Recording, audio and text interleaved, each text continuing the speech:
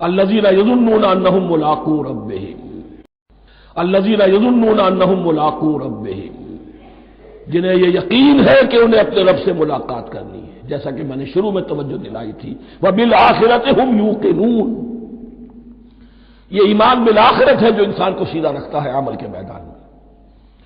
الذین یظنون انہم ملاقو ربہم وانہم الیہ راجعون، اور جنہیں یہ یقین ہے کہ بالآخر اسی کی طرف ہمیں لوٹنا ہے۔ جیسا کہ میں نے عرض کیا تھا، سورہ بقرہ کے 5ویں رکوع سے اور 14ویں رکوع تک تو مسلسل، بلکہ 15ویں رکوع کی بھی پہلی 2 آیات شامل کرنی ہوں گی۔ یہ 10 رکوعوں سے 2 آیات زائد ہیں کہ جن میں خطاب کل کا کل بنی اسرائیل سے ہے۔ البتہ اس میں یہ فرق ہے کہ پہلا رکوع جو ہے وہ ان کو دعوت پر مشتمل ہے، نبی اکرم صلی اللہ علیہ وسلم پر ایمان لانے کی پرزور دعوت۔ بقیہ یہ 9 رکوع جو ہے یہ ان پر فرض قرارداد جرم ہے جو عائد کی جا رہی ہے۔ ہم نے تمہارے ساتھ یہ احسان و اکرام کیا، تم پر یہ فضل کیا، یہ کرم کیا، تمہیں یہ حیثیت دی، تمہیں یہ مقام دیا، تم نے اس طور سے اپنے اس مشن کی خلاف ورزی کی، اپنے مقام اور مرتبے کو چھوڑ کر اور دنیا پرستی اختیار کی۔ یہ جو 9 رکوع ہیں ان میں بنی اسرائیل کی تاریخ کا تو جو سمجھیے کہ ایک بہت بڑا حصہ اور نمایاں اس کے فیچرز آئیں گے، لیکن یہ سمجھ لیجئے کہ اصل میں یہ امت مسلمہ کو بھی ایک پیشگی تنبیہ ہے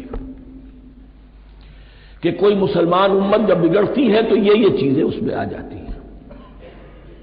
چنانچہ احادیث موجود ہیں حضور کی، لَيَأْتِيَنَّ عَلَىٰ أُمَّتِي مَا أَتَىٰ عَلَىٰ بَنِي إِسْرَائِيلَ حَزْوَ النَّعْلِ بِالنَّعْلِ، میری امت پر بھی وہ سب حالات وارد ہوں گے جو بنی اسرائیل پر آئے، بالکل ایسے جیسے ایک جوتی دوسری جوتی سے مشابہ ہوتی ہے۔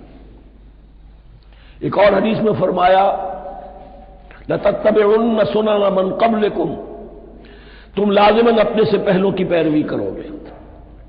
اور اس میں اس حد تک بھی آپ نے وضاحت کر دی کہ اگر وہ سابق امت مسلمہ، سابق امت، اگر وہ گوہ کے بل میں گھسی تھی تم بھی گھسو گے، اور اگر ان میں کوئی بدبخت ایسا اٹھا جس نے اپنی ماں سے زنا کیا تو تم میں سے بھی کوئی شقی ایسا ضرور اٹھے گا جو یہ حرکت کرے گا۔ اس اعتبار سے ان رکوعوں کو پڑھتے ہوئے یہ نہ سمجھیے یہ اگلوں کی داستان ہے، پچھلوں کی کہانیاں ہیں، نہیں۔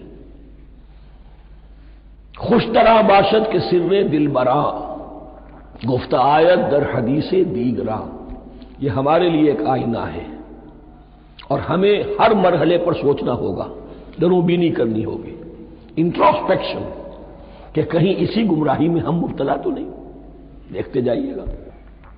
دوسرا نقطہ پہلے سے یہ سمجھ لیجئے، یہ جو 2 آیتیں میں نے 6 رکوع کی تلاوت کی ہیں، بعین ہی یہی 2 آیتیں 15ویں رکوع میں آئیں گی، اور اس کو یوں سمجھیے کہ یہ 2 بریکٹس ہیں، 9 رکوعوں کا مضمون ان 2 بریکٹس کے درمیان ہے۔ یہ 2 آیتیں یہاں سے بریکٹ شروع ہو رہی ہیں، وہ 2 آیتیں ان پر بریکٹ ختم ہو رہی ہیں، بعین ہی وہی آیات، ایک آیت میں تو شوشے کا بھی فرق نہیں، دوسری آیت میں صرف ترتیب بدلی ہے، مضمون وہی ہے۔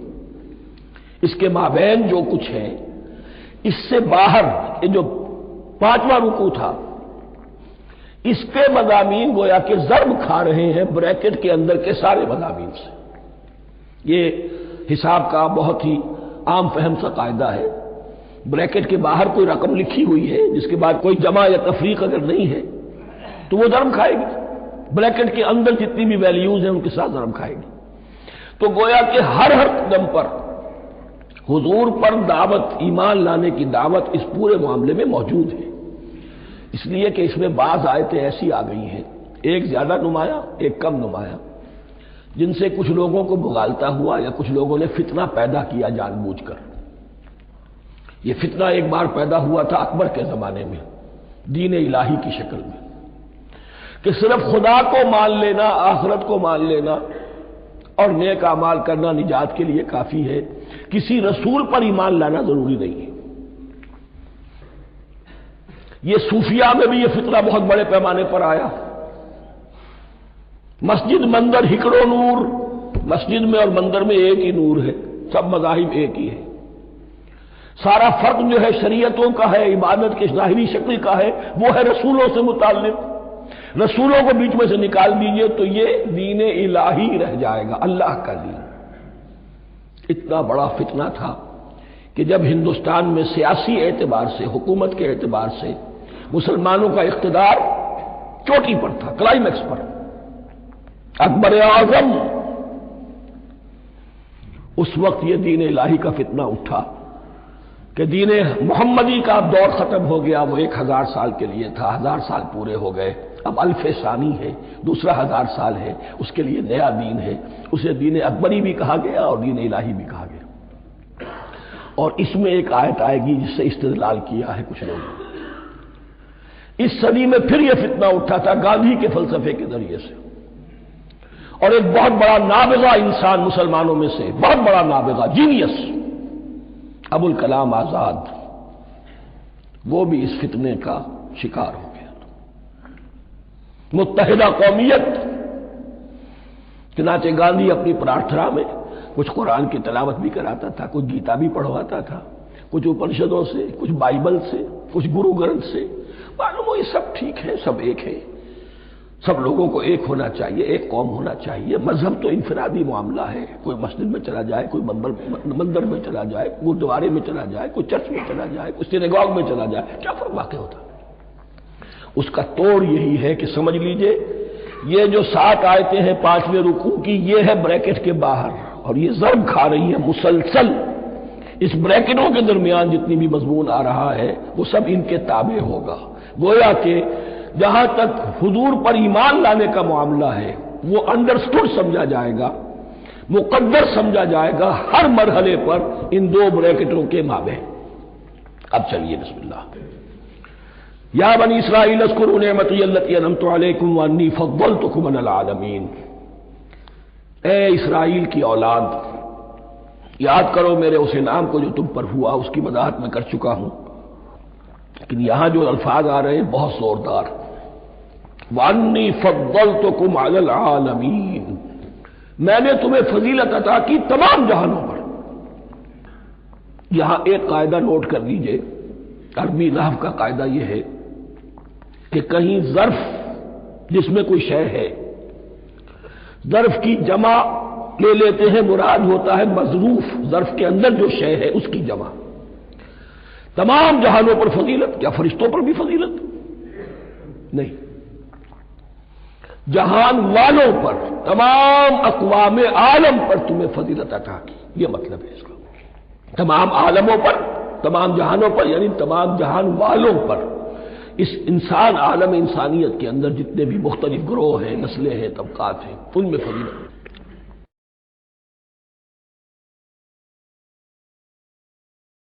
نفس شیئا واتقوا یوما لا تجزی نفس عن نفس شیئا، میں عرض کر چکا ہوں، اب تیسری مرتبہ پھر عرض کر رہا ہوں، اصل شیخ آخرت، محاسبہ آخرت، یہ مستحضر ہوگا تو انسان سیدھا رہے گا۔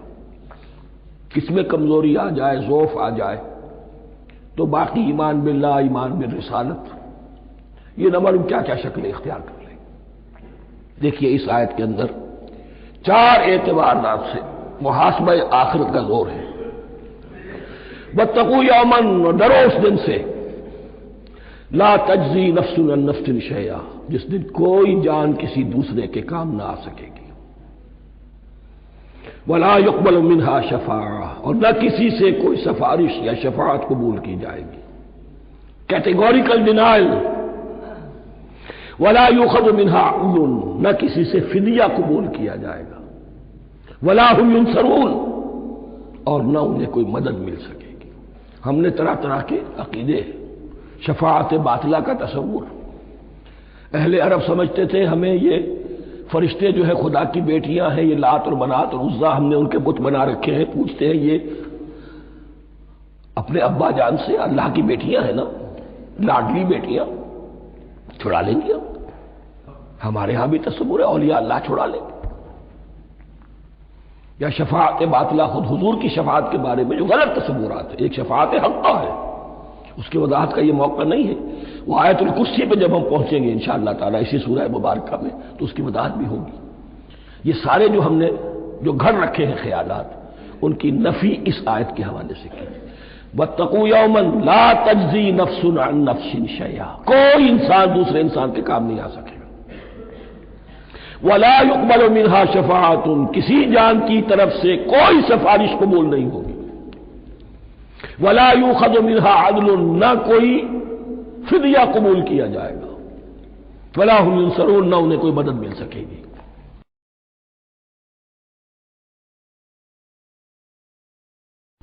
اب اس کے بعد اللہ تعالیٰ کے احسانات اور ان کی طرف سے جو ناشکریاں ہوئی ہیں ان کی بڑی تفصیل کے ساتھ اب بات چلے گی. تفصیل نہیں، تیزی کے ساتھ.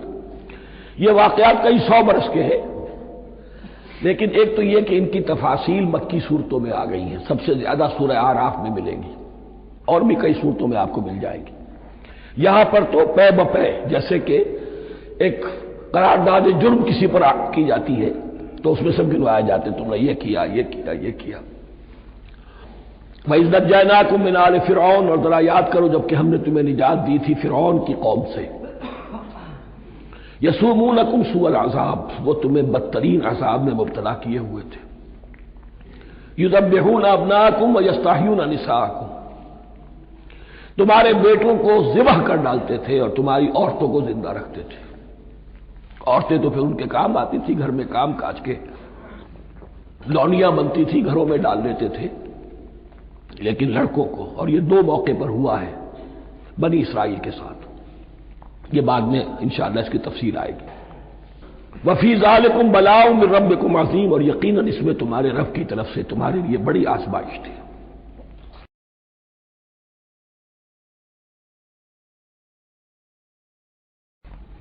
وَإِذْ فَرَقْنَا بِكُمُ الْبَحْرَ، اور یاد کرو جب کہ ہم نے تمہارے لیے سمندر کو پھاڑ دیا یا دریا کو پھاڑ دیا. یہ ایک مختلف فی بات ہے کہ کس جگہ سے کراس کیا تھا بنی اسرائیل نے ایجپٹ سے سینائی پیننسولا آنے کے لیے جزیرہ نما سینا میں. ایک رائے یہ کہ دریائے نیل کو کراس کر کے گئے ہیں، لیکن یہ بات غلط ہے. دریائے نیل تو مصر کے اندر ہے، وہ کبھی بھی مصر کی حد نہیں بنا. کسی کی رائے یہ ہے کہ جو خلیج سویز ہے، بحر قلزم جو ہے ریڈ سی، وہ اوپر جا کر 2 کھاڑیوں میں تبدیل ہو جاتا ہے. خلیج عقبہ مشرق کی طرف اور خلیج سویز مغرب کی طرف، اور ان کے درمیان میں یہ سینائی پیننسولا جو ہے یہ تکون ہے. جیسے ہندوستان بھارت تکون ہے، ایسے یہ پیننسولا ہے. Indian peninsula, Sinai peninsula. اور یہ سویز کینال تو بعد میں بنی ہے. خلیج سویز اور میڈیٹرینین بحیرہ روم کے درمیان یہ کچھ چھوٹی چھوٹی، اگرچہ چھوٹی تھی سمندر کے لحاظ سے، بہت بڑی بڑی جھیلیں تھیں. اور ان جھیلوں ہی کو پھر جوڑ جوڑ کر درمیان میں جو خشکی تھی اس کو کاٹ کر سویز کینال بنائی گئی ہے. تو اب تو یہ مسلسل ایک رابطہ ہے. لیکن معلوم ہوتا ہے کہ یا تو خلیج سویز کو کراس کیا ہے حضرت موسیٰ علیہ السلام نے، اور یہی میری رائے زیادہ یہی ہے، اس لیے کہ کوہ طور جو ہے وہ اس پیننسولا کی ٹپ پر ہے، نیچے ہے یہاں، جہاں پر ان کا قیام رہا اور جہاں پھر حضرت موسیٰ کو 40 دن کے لیے کوہ طور پر بلا کر اور پھر انہیں تورات دی گئی ہے. تو معلوم ہوتا ہے کہ جو خلیج سویز ہے اسے کراس کیا ہے. کراس کس طرح کیا ہے کہ حضرت موسیٰ کی عصا کی ایک ضرب سے سمندر پھٹ گیا. فَكَانَ كُلُّ فِرْقٍ كَالطَّوْدِ الْعَظِيمِ، دونوں طرف چٹانوں کے مانند پہاڑ کی طرح جو ہے وہ سمندر کھڑا ہو گیا، اس کے راستے سے یہ نکل گئے. اور پھر جب فرعون اور اپنا لشکر لے کر جب آیا ہے اس نے سوچا ہم بھی نکل جائیں، وہ غرق ہو گئے، اس لیے کہ دونوں طرف کا پانی آپس میں مل گیا. یہ تھی کیفیت، اور معجزانہ کیفیت تھی. یہ کوئی فطرت کے یا نیچر کے اصول کے مطابق بات نہیں تھی. اور میں عرض کر چکا ہوں، آپ کو بتا چکا ہوں معجزہ کسے کہتے ہیں. وَإِذْ فَرَقْنَا بِكُمُ الْبَحْرَ فَأَنْجَيْنَاكُمْ، جب ہم نے تمہارے لیے یا تمہارے ساتھ سمندر کو پھاڑ دیا، تمہارے لیے، تمہارے گزرگاہ بنانے کے لیے، تو تمہیں تو نجات دے دی. وَأَغْرَقْنَا آلَ فِرْعَوْنَ وَأَنْتُمْ تَنظُرُونَ، اور تمہاری نگاہوں کے سامنے فرعون کے لاؤ لشکر کو غرق کیا، تم دیکھ رہے تھے. یہ گزر چکے تھے، اس ساحل پر کھڑے ہیں، ادھر سے یہ داخل ہوئے ہیں اور پانی دونوں طرف سے آ کر مل گیا اور یہ غرق ہو گئے.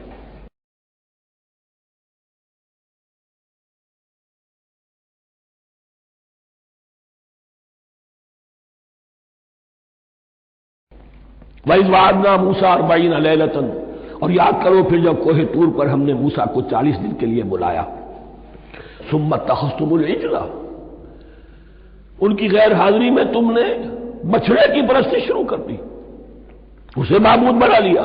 من بعدہ، اس کی غیر موجودگی میں. وَأَنْتُمْ ظَالِمُونَ، تم بہت بڑا ظلم تھا جس کا ارتکاب کیا. إِنَّ الشِّرْكَ لَظُلْمٌ عَظِيمٌ، عظیم ترین ظلم جو ہے وہ شرک ہے. اور شرک جلی کی یہ شکل کہ بچڑے کو پوج رہے.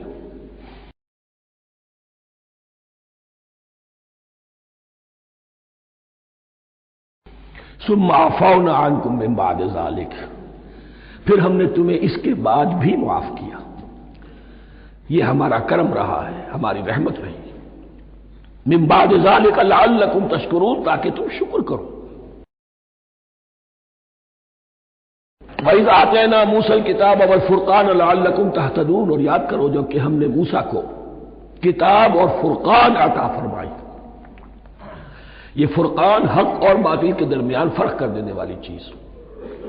اور کتاب عام طور پر جو آتا ہے وہ شریعت کے لیے آتا ہے. شریعت بھی دی، کتاب بھی دی، اور فرقان بھی دیا.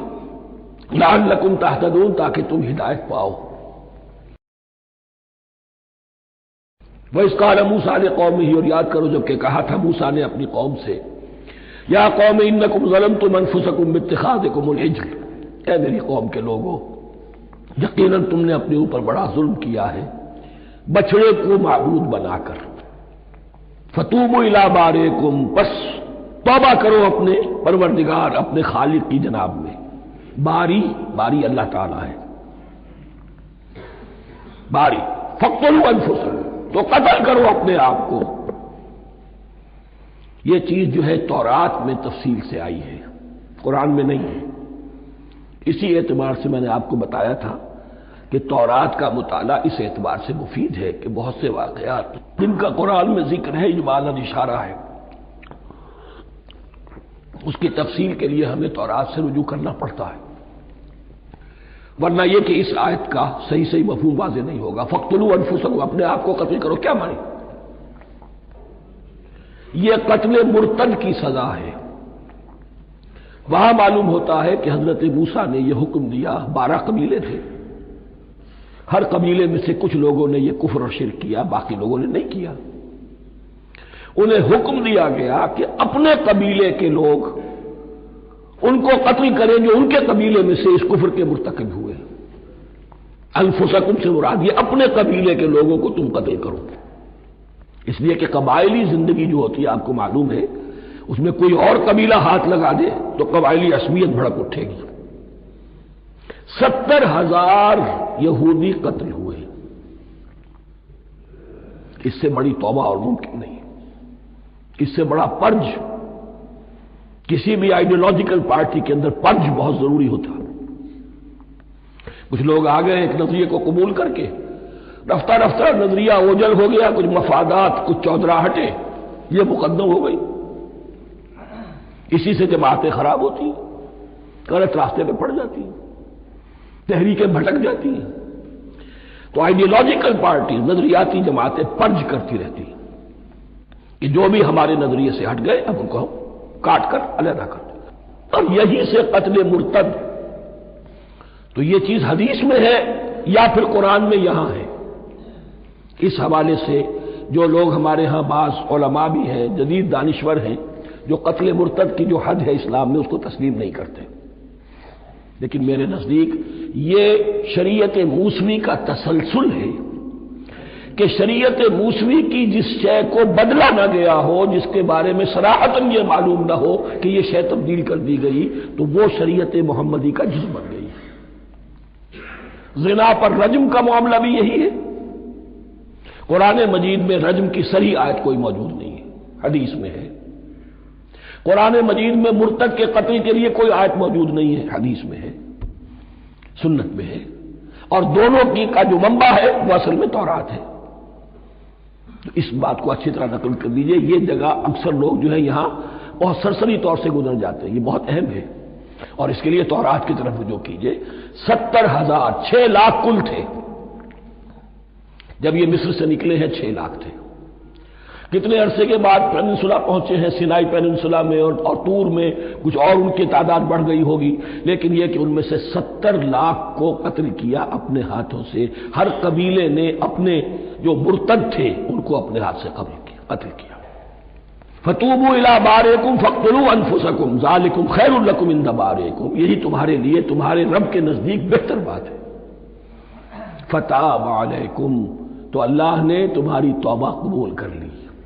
توبہ قبول کس طرح ہوئی؟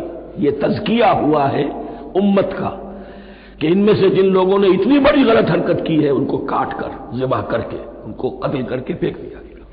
انہ هو التواب الرحیم، یقیناً وہ تو ہے ہی بہت توبہ کا قبول فرمانے والا اور بہت رحم فرمانے والا۔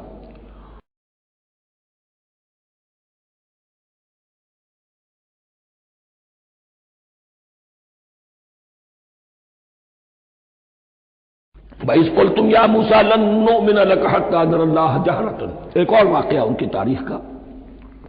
اور یاد کرو جب کہ تم نے کہا تھا اے موسیٰ ہم تو تمہاری بات نہیں مانیں گے۔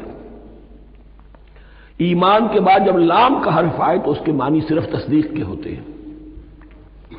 لن نؤمن لک، ہم آپ کی بات کی تصدیق نہیں کریں گے، حتی نری اللہ جہرۃ، جب تک کہ ہم دیکھ نہ لیں اللہ کو عیاناً۔